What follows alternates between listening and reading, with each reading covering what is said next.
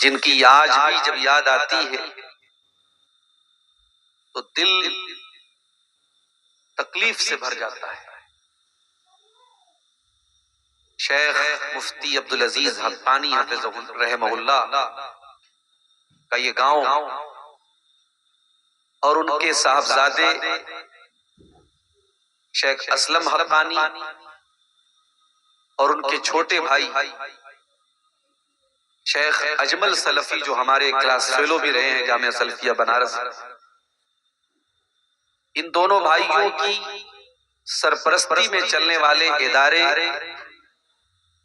اور ٹرسٹ الفلاح educational society کے زیر اہتمام آج کا یہ پروگرام سونا کوڑ کی سرزمین پر منعقد ہوا ہے۔ پروگرام کی نظامت ہمارے فاضل دوست جماعت اہل حدیث کے مشہور خطیب اور شاعر شیخ جمیل اختر شفیق تیمی حفظہ اللہ فرما رہے ہیں۔ مجھے بڑی خوشی ہوئی، بڑے دنوں کے بعد آج شیخ سے ملاقات ہوئی۔ میرے پاس بہت زیادہ تفصیل سے گفتگو کرنے کا موقع نہیں ہے، مجھے خطاب کے فوراً بعد ابھی آپ کے درمیان سے جانا بھی ہے۔ میں نے آپ کے سامنے قرآن کریم کے دوسرے پارے کی بہت مشہور آیت پڑھی اور اس آیت کا تعلق آج سے تقریباً 5 دنوں کے بعد جو مہینہ شروع ہونے والا ہے اس مہینے سے اس آیت کا بڑا گہرا تعلق ہے۔ قرآن کریم کی اس آیت میں اللہ تعالیٰ نے رمضان کے روزوں کا ذکر کیا ہے اور رمضان کے روزوں کا مقصد بتایا ہے کہ یہ روزے کیوں فرض کیے۔ یا ایھا الذین آمنوا کتب علیکم الصیام، اے ایمان والو تم پر رمضان کے روزے فرض کیے گئے، کما کتب علی الذین من قبلکم، جیسے تم سے پہلے کی امتوں پر فرض کیے گئے۔ اچھا اللہ نے یہ کیوں کہا؟ اللہ ڈائریکٹ بول دیتا روزہ فرض ہے۔ جب ہم کوئی مشکل کام کریں اور ہمیں یہ پتہ لگے کہ یہ مشکل کام ہم اکیلے نہیں کر رہے اور بھی لوگوں نے کیا ہے تو آٹومیٹک ایک سائیکولوجیکل بات یہ ہے، ایک نفسیاتی بات یہ ہے کہ مشکل کام آسان ہو جاتا ہے۔ جب آپ کوئی ٹف کام کریں، کوئی مشکل کام کریں اور کوئی اور کرنے والا نہ ہو تو آپ کو اور زیادہ ٹف لگنے لگتا ہے۔ رمضان کا روزہ آسان نہیں ہے، 14 گھنٹے بھوکے رہنا، پیاسے رہنا، شہوت کو مارنا، خواہشات کو کنٹرول کرنا آسان کام نہیں۔ جب اللہ نے روزے جیسی عبادت کا حکم دیا تو ہمیں تسلی دیتے ہوئے فرمایا یا ایھا الذین آمنوا کتب علیکم الصیام کما کتب علی الذین من قبلکم، اے ایمان والو یہ رمضان کے روزے اکیلے تم پر فرض نہیں کیے گئے، تم سے پہلے کی امتوں پر بھی رمضان کے یہ روزے فرض کیے گئے۔ اور ان روزوں کا مقصد کیا ہے؟ فرمایا لعلکم تتقون، تاکہ تم متقی بن جاؤ، تقوی والے بن جاؤ۔ تقوی کا مطلب کیا ہوتا ہے؟ تقوی کا مطلب یہ نہیں ہوتا کہ ہر طرف نیکی ہی نیکی ہو اور آپ اس ماحول میں نیکی کا کام کریں۔ تقوی کا مطلب حضرت ابی بن کعب نے حضرت عمر فاروق کو بتایا تھا، کہا حضرت عمر فاروق تقوی کا مطلب یہ ہے کہ آپ کے دونوں طرف کانٹے دار جھاڑیاں ہوں، دونوں طرف کانٹے دار جھاڑیاں ہوں اور بیچ میں بالکل سکڑا سا ایک راستہ ہو اور آپ اسی راستے سے جانا ہو۔ اے امیر المومنین آپ بتائیے آپ راستہ کیسے طے کریں؟ حضرت عمر نے فرمایا اُشَمِّرُ ثِيَابِي، میں اپنے کپڑے کو سمیٹ لوں گا اور میں بچا بچا کر کے اپنے دامن کو اس راستے میں سے جاؤں گا۔ حضرت ابی بن کعب نے فرمایا اے حضرت عمر فاروق یہی تو تقوی ہے، زندگی میں دونوں طرف سے خواہشات کے بھی کانٹے آپ کے سامنے آئیں گے، شیطان کا پھینکا ہوا جال بھی آپ کے سامنے آئے گا، شیطان کے پھینکے ہوئے کانٹے بھی آپ کے سامنے آئیں گے، اور ان کانٹوں کے بیچ میں اللہ کے دین پر چلنا، ان کانٹوں کے بیچ میں اللہ کی مرضی کے مطابق زندگی گزارنا، یہی تو تقویٰ ہے۔ تو روزے کا اصل مقصد ہمیں اور آپ کو متقی بنانا ہے۔ اسی لیے جب رمضان کا مہینہ آتا ہے، چاہے وہ فروری میں، اس سال تو فروری میں پڑ رہا ہے، ہم نے تو مئی اور جون کے مہینے میں بھی رمضان دیکھا ہے، سخت گرمی کا موسم ہے، فجر کے ٹائم آپ نے سحری کھائی ہے، ظہر کا ٹائم آیا، 12:30 بج گئے، 1 بج گئے، اور آپ کا پیاس الگ سے سوکھ کر کے کانٹا ہو رہا ہے، آپ مسجد میں ظہر کی نماز پڑھنے کے لیے آئے، آپ نے وضو کا پانی اپنے منہ میں ڈالا، آپ کا پیاس، آپ کا حلق بالکل سوکھا ہوا ہے، آپ اگر وضو کے پانی کے 2-4 قطرے اگر حلق کے نیچے اتار دیے تو کون دیکھنے والا ہے؟ وہاں پہ کوئی کیمرہ تو نہیں لگا ہے، کوئی ریکارڈنگ کرنے والا تو نہیں ہے، کوئی کسی کو بتانے والا بھی نہیں ہے، آپ اگر 2-4 پانی کے گھونٹ اپنی سوکھی ہوئی حلق میں ڈال دیں، کون روک سکتا ہے میرے بھائی؟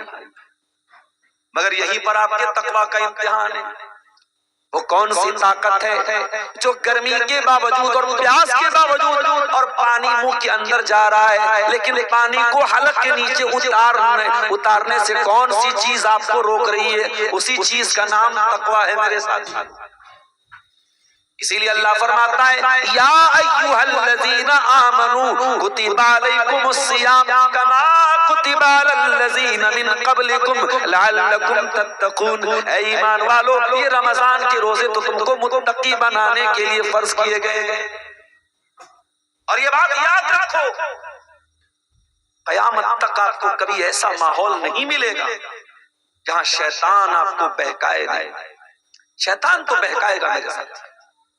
میری پیاری ماں بہنوں، آپ اگر تصور کرتی ہیں ایسے سماج کا جہاں شیطان آپ کو بے پردگی کرنے پر نہ ابھارے، ایسا ماحول تو نہیں ملے گا۔ شیطان تو چاہے گا لڑکی بے پردہ ہو جائے، شیطان تو چاہے گا لڑکا بدکار ہو جائے، شیطان تو چاہے گا کہ آپ شراب پیئیں، شیطان تو چاہے گا آپ زنا کریں، شیطان تو چاہے گا آپ غلط کام کریں، اور شیطان نے اسی کا ٹھیکہ لے کے رکھا ہے۔ شیطان نے اللہ سے وعدہ کیا تھا ثم لآتینہم من بین ایدیہم ومن خلفہم وعن ایمانہم وعن شمائلہم ولا تجد اکثرہم شاکرین، اے اللہ میں تیرے بندوں کو آگے سے بھی بہکاؤں گا، پیچھے سے بھی بہکاؤں گا، دائیں طرف سے بھی بہکاؤں گا، بائیں طرف سے بھی بہکاؤں گا، ولا تجد اکثرہم شاکرین، اور اے اللہ میں کمٹمنٹ کرتا ہوں، میں وعدہ کرتا ہوں اے اللہ تیرے زیادہ تر بندے تیرے ناشکرے بن جائیں گے، تیرے زیادہ تر بندے تیرے نافرمان بن جائیں گے۔ رمضان ہمیں شیطان کے جال سے بچنے کی ٹریننگ دیتا ہے، اور اسی لیے آپ دیکھیں آپ کمرے میں بیٹھے ہوئے ہیں، آپ کے کمرے کی فریج میں طرح طرح کے پھل فروٹ بھی رکھے ہوئے ہیں، عصر کا ٹائم ہو چکا ہے، گھڑی میں 4 بج رہے ہیں، بھوک کے مارے برا حال ہے، پیاس کے مارے برا حال ہے، ابھی 2 گھنٹے کے بعد مغرب کی اذان ہونے والی ہے، آپ اگر چاہیں تو کمرے کی کنڈی لگا لیں اور فریج سے کیلا نکال کے کھا لیں، سیب نکال کے کھا لیں، جوس پی لیں، کون روکنے والا ہے؟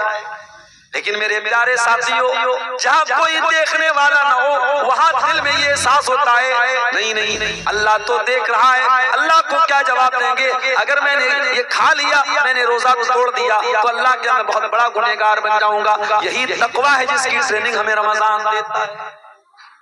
میرے پیارے بھائیوں، دنیا میں کوئی جگہ ایسی نہیں ہے جہاں اللہ کا کیمرہ نہ لگا ہو، جہاں اللہ کی نظر نہ ہو۔ اللہ تو ہر لمحہ ہم کو دیکھنے والا ہے، ہم کہیں بھی چلے جائیں، ہم کائنات کے کسی چپے میں چلے جائیں، ہم اللہ سے تو نہیں بچ سکتے۔ اسی لیے آپ اللہ تعالیٰ کو جتنا جانیں گے، جتنا اللہ تعالیٰ کا علم حاصل کریں گے، اتنا ہی آپ دین کے قریب ہوتے چلے جائیں گے اتنے ہی آپ نیک بنتے چلے جائیں گے۔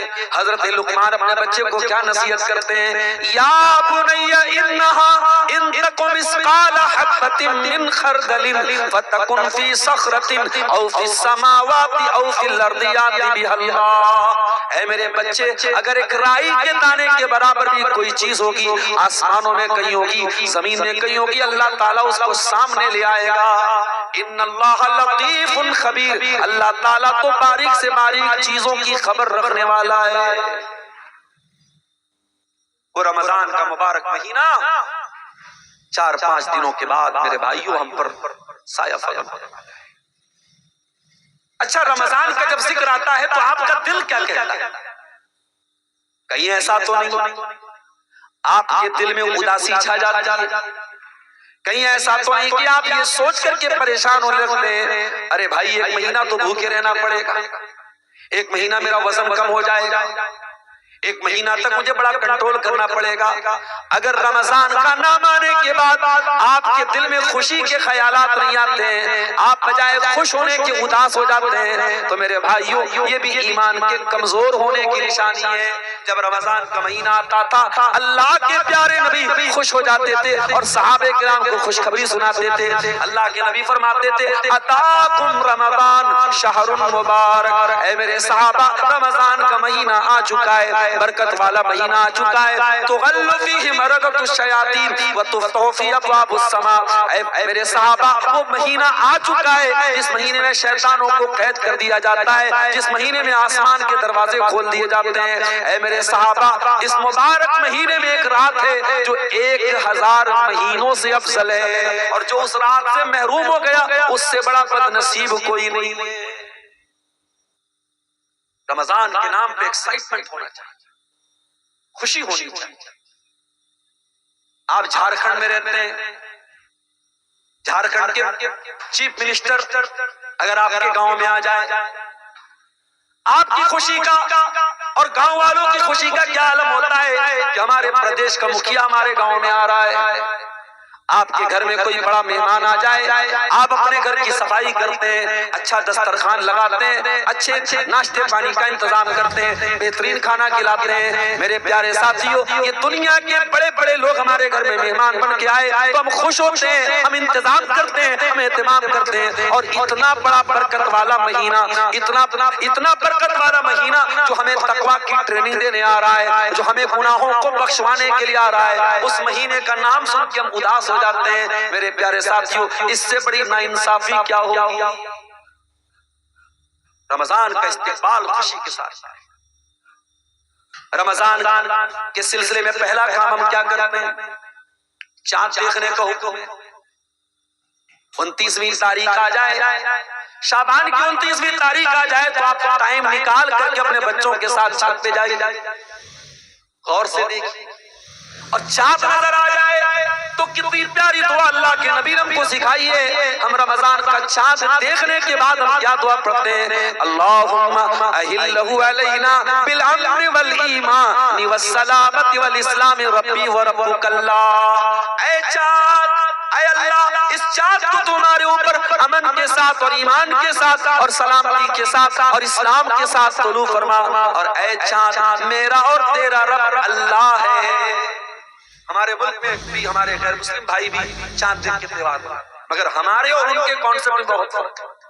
وہ چاند کی عبادت کرتے ہیں، وہ چاند کی پوجا کرتے ہیں، وہ چاند کو دیکھ کر کے چاند کی عبادت کرتے ہیں، لیکن ہم رمضان کا چاند دیکھنے گئے ہیں، ہم چاند کو دیکھ کر کے بھی توحید کو نہیں بھولتے، اپنے عقیدے کو نہیں بھولتے، ہم چاند کو بھی دیکھ کے یہ اعلان کرتے ہیں ربی و ربک اللہ، اے چاند میرا بھی رب اللہ ہے اور تیرا بھی رب اللہ ہے۔ اے چاند ہم تجھے دیکھ کر کل سے روزہ تو رکھیں گے، ہم آج رات سے تراویح تو پڑھیں گے، مگر اے چاند کہیں تو یہ نہ سمجھ لینا کہ ہم تجھے اپنا رب مانتے ہیں، ہم تجھے مشکل کشا مانتے ہیں، نہیں، اے چاند میرا بھی رب اللہ اور تیرا بھی رب اللہ۔ اچھا، رمضان شروع ہو رہا ہے اور ہم دعا کیا کر رہے ہیں؟ اے اللہ اس چاند کو امن کے ساتھ طلوع فرما، ایمان کے ساتھ طلوع فرما، سلامتی کے ساتھ طلوع فرما، اسلام کے ساتھ طلوع فرما۔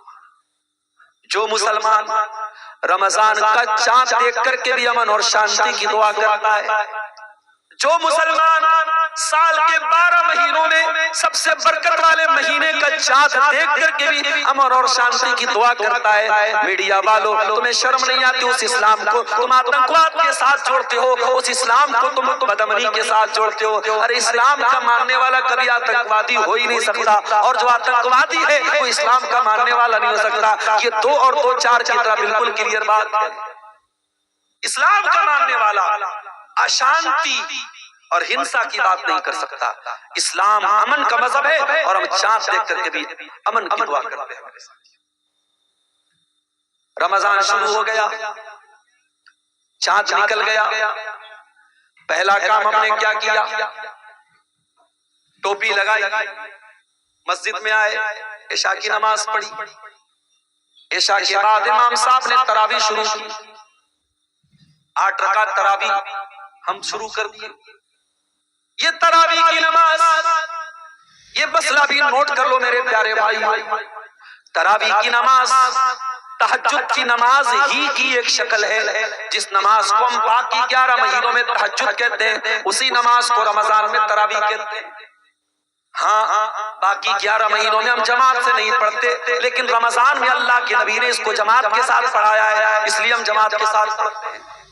اور یہ بھی نوٹ کر لو، تہجد کی نماز تو آپ اکیلے گھر میں پڑھتے ہیں اور رات کے آخری حصے میں پڑھتے ہیں، لیکن تراویح کی نماز عشاء کے فوراً بعد پڑھی جاتی ہے، بعد میں بھی پڑھی جا سکتی ہے، مگر لوگوں کی آسانی کے لیے عشاء کے فوراً بعد پڑھی جاتی ہے۔ تراویح کی نماز جب آپ امام کے ساتھ مسجد میں پڑھتے ہیں تو یاد رکھو، جب آپ تراویح پڑھ لیتے ہیں تو اس کے بعد آپ کو الگ سے تہجد پڑھنے کی کوئی ضرورت نہیں ہے، کیونکہ تراویح اور تہجد 2 الگ الگ نماز نہیں، ایک ہی نماز کے 2 نماز۔ اور یہ بھی یاد رکھو کہ رمضان کے مہینے میں آپ اکیلے پڑھ تو سکتے ہیں، جائز ہے، مگر اکیلے کے بجائے اگر آپ امام کے ساتھ جماعت میں آ کر کے پڑھیں گے تو اس کا زیادہ ثواب ہے، اس کی زیادہ فضیلت ہے۔ اللہ کے رسول صلی اللہ علیہ وسلم فرماتے ہیں، من قام مع الامام حتی ینصرف، جو امام کے ساتھ تراویح کی نماز پڑھے گا، کتب لہ قیام اللیلۃ، اس کو پوری رات قیام اللیل کرنے کا، پوری رات تہجد پڑھنے کا ثواب ملے گا۔ مگر معاف کرنا میرے بھائی، ہمارے یہاں تو تراویح بھی ایسی ہوتی ہے کہ بس اللہ ہی اپنی پناہ میں رکھے۔ 4-5 دن تک تو بڑا جوش رہتا ہے، مسجد کھچا کھچ بھری رہتی ہے، اور 4-5 دن کے بعد مسجد خالی، کوئی بیچارہ عید کی شاپنگ کرنے نکل گیا، کوئی مارکیٹنگ کرنے نکل گیا، کوئی کہیں چلا گیا، کوئی کہیں چلا گیا۔ تراویح کی نماز 4-5 دنوں کی عبادت نہیں ہے، پورے رمضان اس عبادت کا ہمیں اہتمام کرنا چاہیے۔ اللہ کے پیارے نبی بڑی پیاری بات فرماتے ہیں، من قام رمضان ایمانا واحتسابا غفر له ما تقدم من ذنبه، جو ایمان کے ساتھ اور ثواب کی نیت کے ساتھ رمضان میں تراویح پڑھے گا، قیام اللیل کرے گا، اس کے پچھلے تمام گناہ معاف ہو جائیں گے۔ اللہ تعالیٰ اتنا بہترین موقع دے رہا ہے اپنے گناہ بخشوانے کا۔ ارے کتنا ٹائم لگے گا؟ 40 منٹ، 45 منٹ، 1 گھنٹہ کھڑے ہو کر کے تم گانے سن سکتے ہو، 1 گھنٹہ کھڑے ہو کر کے تم کرکٹ کا میچ دیکھ سکتے ہو، 1 گھنٹہ کھڑے ہو کر کے تم دنیا کے بہت سارے کام کرتے ہو۔ یہاں تو نماز پڑھنا ہے، یہاں تو اللہ کو راضی کرنا ہے، یہاں تو اپنے گناہوں کو بخشوانا ہے، اس لیے تراویح کی نماز پورے رمضان پڑھو میرے بھائی، پورے رمضان۔ اور آگے بڑھیے، صبح ہوئی، آپ کی بیوی نے آپ کو اٹھایا، اٹھیے سحری کھا لیجیے، سحری کر لیجیے۔ آج تک تو آپ کبھی 4 بجے صبح کھاتے نہیں تھے، صبح 9 بجے ناشتہ کرتے تھے، 10 بجے ناشتہ کرتے تھے۔ رمضان نے سب سے پہلا کام کیا کیا؟ آپ کے کھانے پینے کی ٹائمنگ کو چینج کر دیا۔ جو آدمی صبح 9 بجے ناشتہ کیا کرتا تھا، صبح 4 بجے اٹھ کر کے وہ سحری کھا رہا ہے۔ پتہ یہ چلا رمضان آپ کو چینج کرنے آیا ہے، رمضان آپ کے اندر پریورتن کرنے آیا ہے، رمضان آپ کو بدلنے آیا ہے۔ اگر رمضان آپ کے سونے جاگنے کا ٹائم بدل سکتا ہے، رمضان آپ کے کھانے پینے کا ٹائم بدل سکتا ہے، وہ بیڑی سگریٹ پینے والوں تمہاری اس بری لت کو بھی رمضان چھڑوا سکتا ہے، وہ شراب کے نشے میں دھت رہنے والوں اگر تم اخلاص کے ساتھ اللہ سے سچی توبہ کر لو تو یہ نشہ بھی رمضان میں چھوٹ سکتا ہے۔ اپنی بری عادتوں کو چینج کرنا ہے، اپنی گندی عادتوں کو چینج کرنا ہے تو اس کے لیے بہترین موقع ہے رمضان۔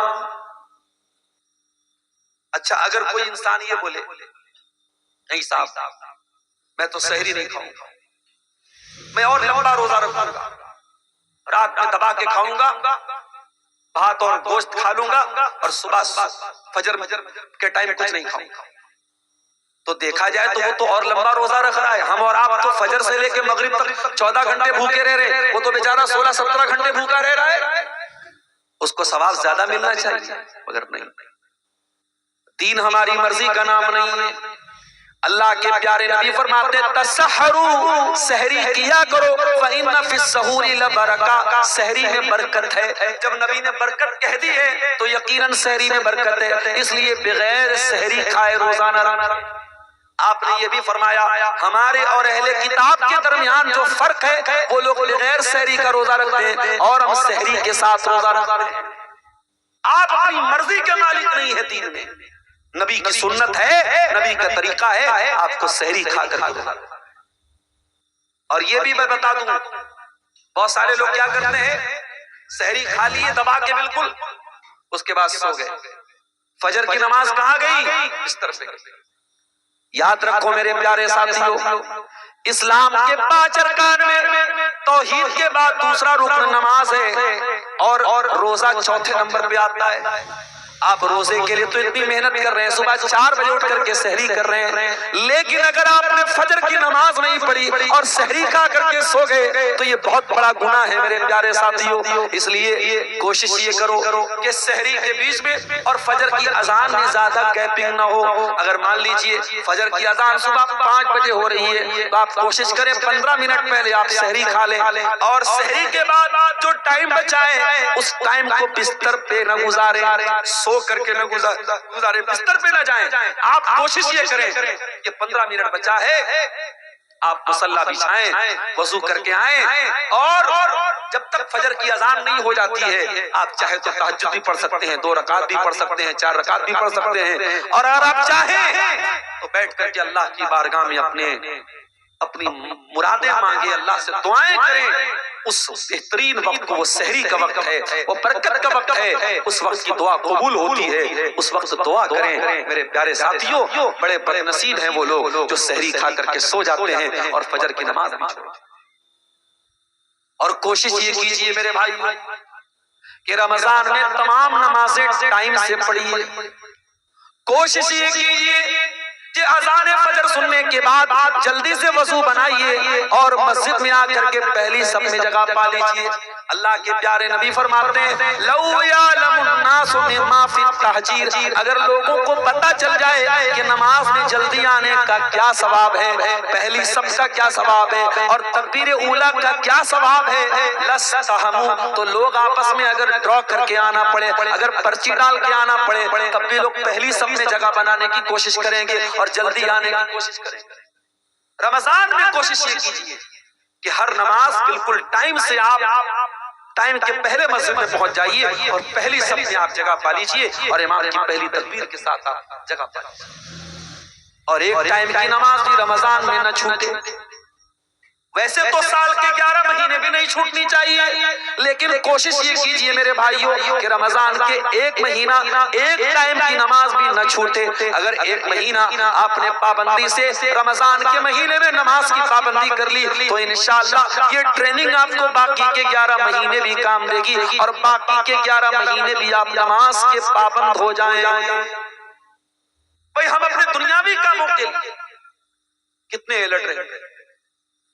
اگر آپ کو کلکتہ صبح 4 بجے فلائٹ پکڑنا ہے، آپ کلکتہ سے بہت دور پاکڑ کے علاقے میں رہتے ہیں، لیکن صبح 4 بجے اگر کلکتہ سے آپ کی فلائٹ ہے تو آپ P4 پہنچ جائیں گے کلکتہ ایئرپورٹ پر، کیونکہ آپ کو معلوم ہے فلائٹ چلی جائے گی، میرا ٹکٹ برباد ہو جائے گا، میرا شیڈول خراب ہو جائے گا۔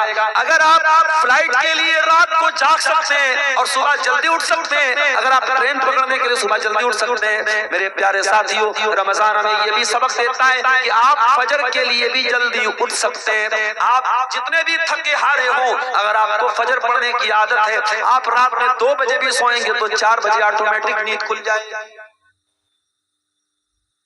اچھا، رمضان میں سب سے اہم عبادت کیا ہے؟ روزہ ہے۔